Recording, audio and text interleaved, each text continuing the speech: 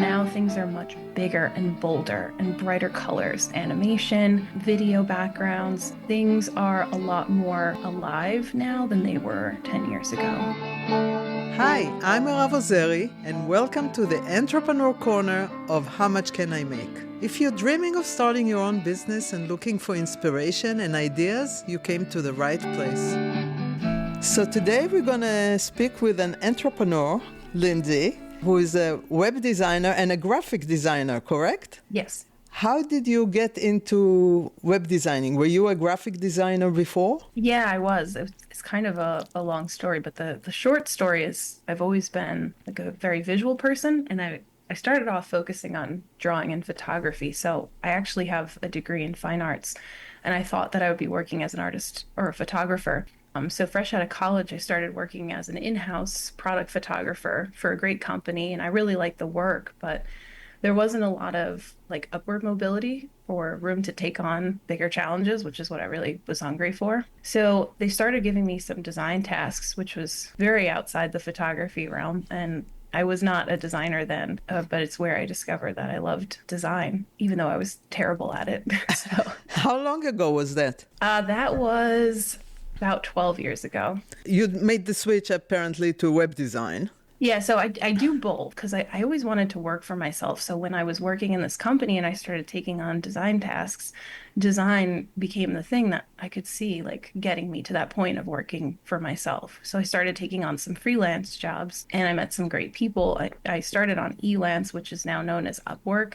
And I'm still working with some of those people, 10, 12 years later. And then a couple years after that, started adding web design to my skill set. And how would you say web design changed over the years? When I got into the world like 10 years ago, there was a huge emphasis on a lot of really clean white space. There was space around everything. And now, I mean, space is still important, but now things are much bigger and bolder and brighter colors. Colors were a lot more muted 10 years ago.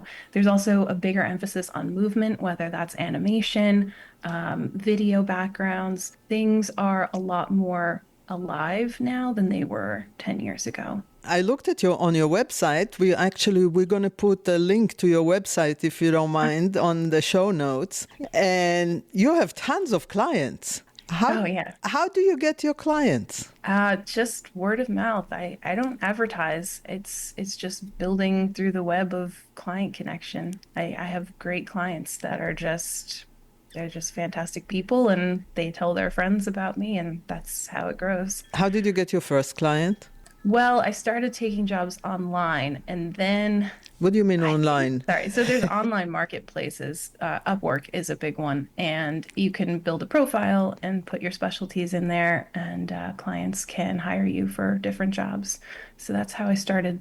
But my first real life client was actually, I think it was my landlord at the time. He had a kitchen design business, and he wanted to do a big rebrand, and it was a huge job, and I was really nervous, but I knew I had to do it. So they hired me to do everything. So logo design, print packaging, and their website, even some photography. So I really pulled on like everything I could do to get this job done. And then he knew a lot of people in the area too. So he started referring me to more clients. And that was kind of, I guess, my like break into the local area. Do you have to learn in depth about everybody's business or basically just the visual aspects of the business? No, in depth really, because that's where we find what makes their business really special and different from all the other businesses in their industry. And that's where we find things we can really leverage to make them stand out. And it facilitates an environment where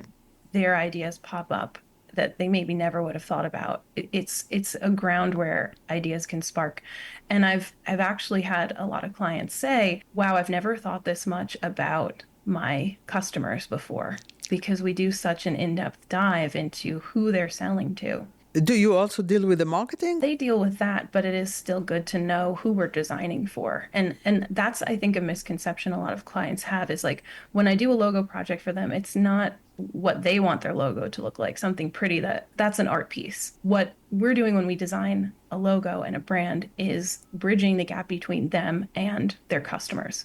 We need to know who they're selling to on the deep level so that we know when we put this brand out into the world, it's going to resonate with the right people. Is it an ongoing business with It a client? is. Yeah. Yeah. Most of them, they'll have me build their website to start off with, but then maybe in a year, they'll reassess and we'll go in and add new content or change things around, add new pages. So, yeah, I'm lucky that most of the clients that I build websites for, they become lasting relationships. Nice. How long does it take you a project from beginning to end, roughly? Yeah, it depends a lot on like client communication because some people will respond the same day, and that's great. That moves the project along really quickly. Other people are super busy and they take 3, 4, 5 days to respond. But a typical project, if I was going to be doing branding as well as full website design, typical project is roughly 8 weeks. So how do you decide what to charge them? It's a combination of, how much time I think the project's going to take, as well as what's the value that I'm providing for them.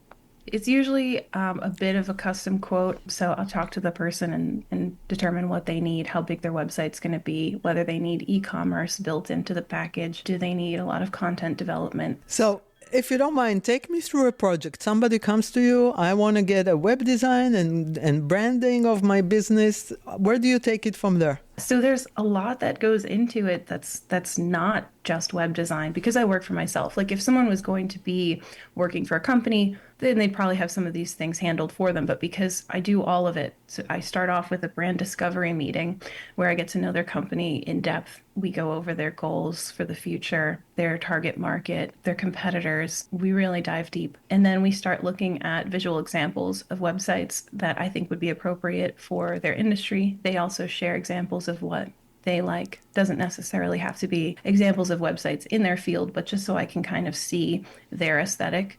Because one of the challenges is blending what they like with what is appropriate for their business and what's going to work hard for their business. And then from there, I will develop 2 or 3 homepage concepts. So these are all distinct options that they can choose from. We work through some revisions on their favorite option. And then that finished homepage design informs the look and feel for the rest of the website. And then go ahead and build that. They get to review it. We do mobile optimization, so it's responsive, looks good on all screen sizes. We do basic SEO configuration, and that's pretty much it. They're ready to go. I love things that pull on many different skill sets, things that require the creative aspect as well as the technical aspect. And I like projects that take time and are multi-step. And yeah, we can really get into the nitty-gritty of their business. So that typically is something like a full branding project and website project together. What would you say is your biggest challenge in running the business? What is tough for me is that I am such an introvert, like to a fault, that when I have meetings and phone calls and stuff, I really have to psych myself up for it and then recover after. It is really draining to me. But I know it's essential. And I actually worked as a bank teller through high school, which was very face to face. So I got a lot of practice that way. So I can do it, but I would much prefer to just work quietly for hours at a time. Like if I could work day and night alone and be perfectly happy. But most people are probably not as introverted as I am. So that could be another challenge too. It's just the isolation. Right. But yeah, I mean, when you're hunched over a computer for hours at a time, that's definitely a challenge. But I also have a dog who has to go out every few hours. So we'll go out, play fetch in the yard. I'll get a little movement in, and I also make it a point to exercise almost every day. What's the biggest misconception about web designers? Probably that it's easy. Not, a very focused area where you're only designing and building. And there's so many other things that go into it, especially for me working for myself, there's the client relationship and communication side of it and content development. Do you have people that help you, that work with you? I should have people tell me because it's getting to the point where I was working till 10 p.m. last night. So it's time to hire someone. I've just been enjoying keeping it small because You're introvert. yeah, definitely. And I never wanted to be anyone's boss, but I think I have to now. And it's been a few years coming. Every January, I think about goals for the business and, what do I want to do differently? What didn't work last year that I want to change? And hiring someone has always been one of the top items. I just have not gotten there yet, but I need to. What advice would you give to a web designer wannabe? Definitely spend a lot of time learning your craft, staying fresh and current because design trends are always changing. And when you first get into design, you will find that whatever the current style is going to try to stick with you for the coming years. And you really have to fight against that to stay current and not let your designs get stale. You have to be constantly feeding your brain with new designs, looking at other websites out there, what other designers are doing, staying fresh and staying adaptable because technology is always changing too. Things that we had to hand code 10 years ago, now there's widgets for everything where you can get AI to, like, I even have AI write code for me sometimes if I can't figure out how to get a website to do something. The problem is right now, but I think this is changing. But right now, when you use AI for things like that, the answer to your question usually has to exist somewhere on the internet. So if it's a brand new problem you're trying to solve, it's not very good at that most of the time. Can AI eventually take your job away? I think there's always going to be some kind of demand for someone to head the project and to be more of the consultant aspect. But, it's definitely a potential that AI is going to take away some aspects. It's in every industry too. A lot more things are going to be automated. It's going to be a little less hands-on than it is now. I think we're going to be able to step back even further from the coding side. If a business needs photography, for example, you have a photographer, you go yourself? Yeah, I go myself. I still have, I'm still such a photography gearhead, so I'm still in that industry as well. And I love photography. I love the technical side of cameras. And so I'll do that for clients as well.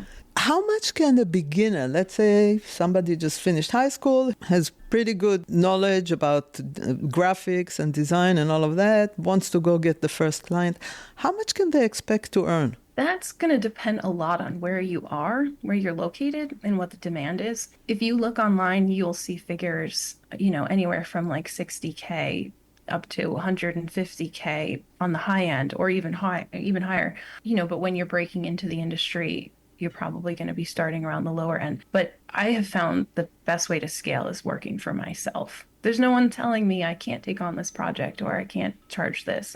What was the most valuable lessons you learned? Boundaries are very important. The what is very important? Boundaries are important. And protecting your peace because, when I first started, I would work weekends, I'd work nights, and that will wreck your mental health. But also to remain open-minded and really listen when people speak, because some of my best projects have been collaborative with the client in a way that, it was successful in a way that never could have happened if it was just me telling them what I thought was best for their business. Yeah. If you could start all over again, what would you do differently? That's a really good question. What would I do differently? You I'd probably hire someone else sooner. You do what? Hire someone else sooner. Get some help. Right. Instead of trying to do everything myself. What's the biggest reward of the job? Oh, well, seeing the smiles on all my clients' faces. Now, when I finish a big project and it's out in the world, that's really rewarding. When I walk down the street and I see my logo on a sign in front of a restaurant and I walk in and their menus have all the branding, and you mentioned the Dutch Ale House. I do photography for them as well. So I get to go into their restaurant quite a bit and just, see all the work that we've done around us. That's really cool. Before we go, could you please recommend some software or apps that a web designer wannabe can start playing with? I use the Adobe Suite, but I know some people are moving into some of the free programs. Figma is a big one. You could definitely find some free options online when you're just getting started. Although I think Adobe does have like a student discount if that's in your budget. There you go. So if you're thinking of becoming a web designer, at least you know where to start.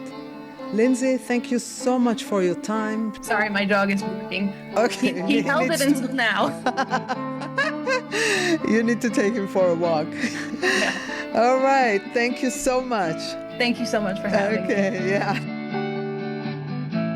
That's a wrap for today. If you have a comment or question or would like us to cover a certain job, please let us know. Visit our website at howmuchcanimake.info. We would love to hear from you. And on your way out, don't forget to subscribe and share this episode with anyone who is curious about their next job. See you next time.